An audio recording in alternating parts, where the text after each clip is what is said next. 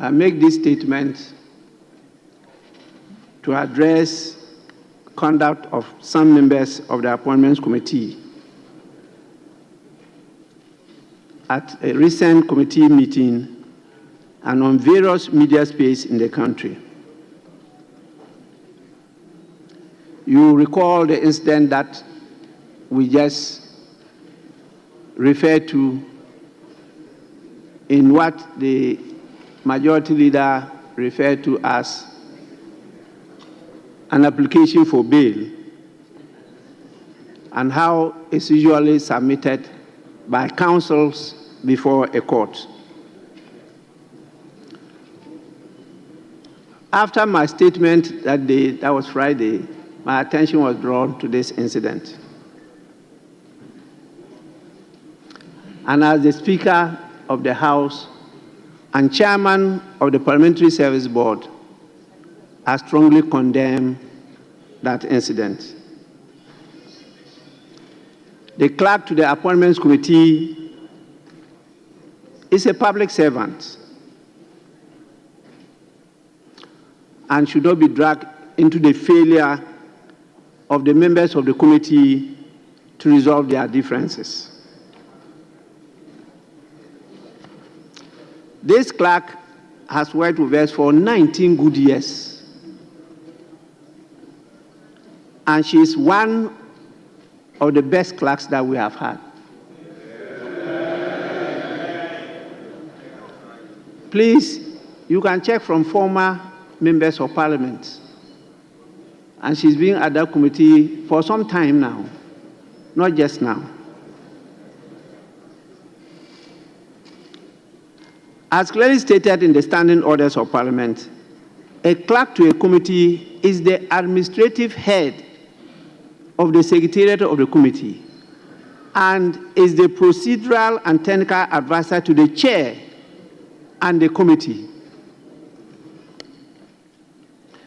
By the provisions of Order 2663 of the standing orders of Parliament, a committee to which a business has been referred shall meet to consider the business on the day and the hour determined by the chairperson of the committee with respect to that business.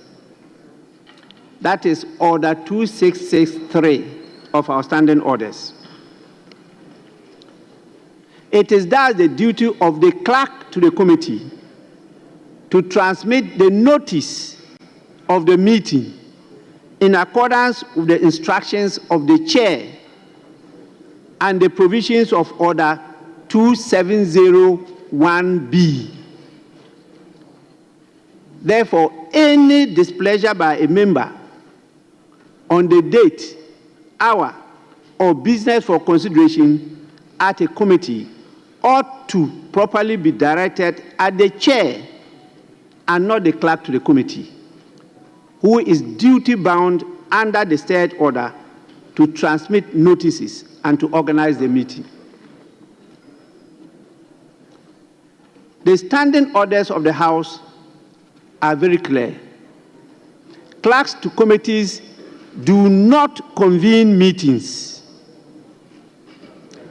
Chairs of committees do. A clerk to a committee transmits notice of a meeting that has been called by a chair so motu or acting on the request of 15% of members of the committee. I refer to the orders 2663 and 271B.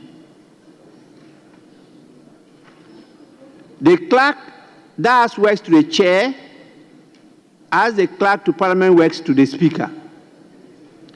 The clerk to a committee is the principal advisor to the committee, just as the clerk to Parliament is the principal advisor to the Speaker.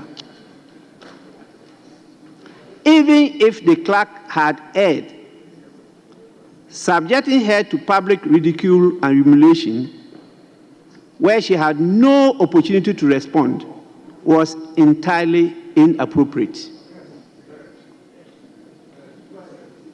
Where an error is alleged to have occurred, we must be civil and careful in drawing the attention of the appropriate authorities to it, and not fall for the temptation to drag the name of an officer into disrepute.